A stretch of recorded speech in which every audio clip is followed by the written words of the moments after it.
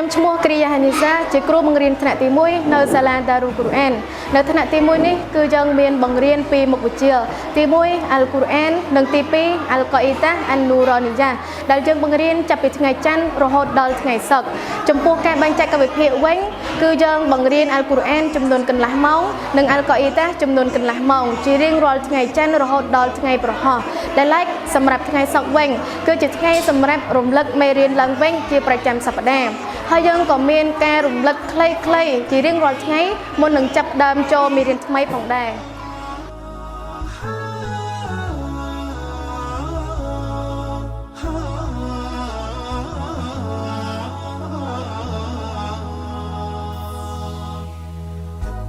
أنا فيض من الأخلاق وطيب يسكن الأعماق لأني مؤمن دوم បច្ចុប្បន្ននៅតាមសាលាផ្សេងៗការប្រកបជញ្ជនៈឬស្រៈគឺប្រកបតាមសំឡេងចាមឬក៏តាមខ្មែរដូចជាស្រៈអា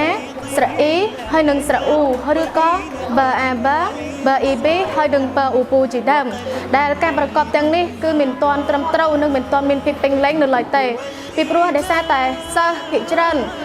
ឬក៏សិស្សទាំងអស់គឺមិនទាន់បានស្គាល់ពីឈ្មោះស្រៈឬក៏ជញ្ជនៈតាមភាសាអារ៉ាប់បានល្អនៅឡើយទេប៉ុន្តែនៅកម្មវិធីសិក្សាសាលាយើងវិញនេះគឺយើងមានបង្រៀនសិស្សឲ្យស្គាល់ពីឈ្មោះស្រៈឬជញ្ជនៈតាមភាសាអារ៉ាប់ដែលជាឈ្មោះដើមយ៉ាងល្អខ្លាំងណាស់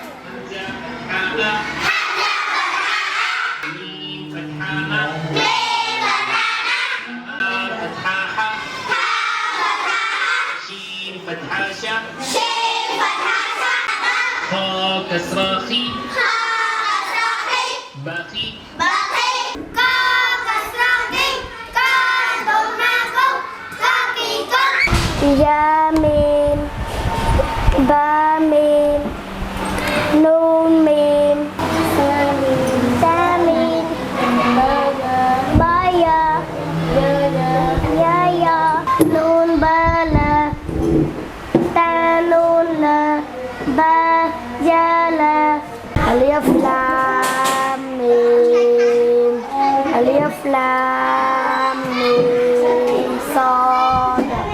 ألف لام را حاميم حاميم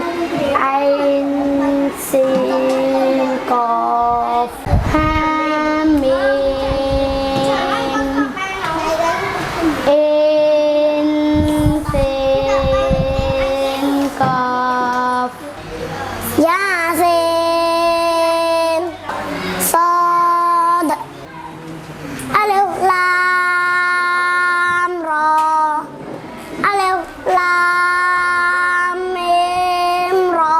قل يا أيها الكافرون قل يا أيها الكافرون لا أعبد ما تعبدون لا أعبد ما تعبدون បើចំពោះចំណាក់អារម្មណ៍របស់ខ្ញុំផ្ទាល់វិញដែលជាគ្រូបង្រៀននៅទីនេះខ្ញុំពិតជាចាប់អារម្មណ៍ចំពោះកម្មវិធីសិក្សា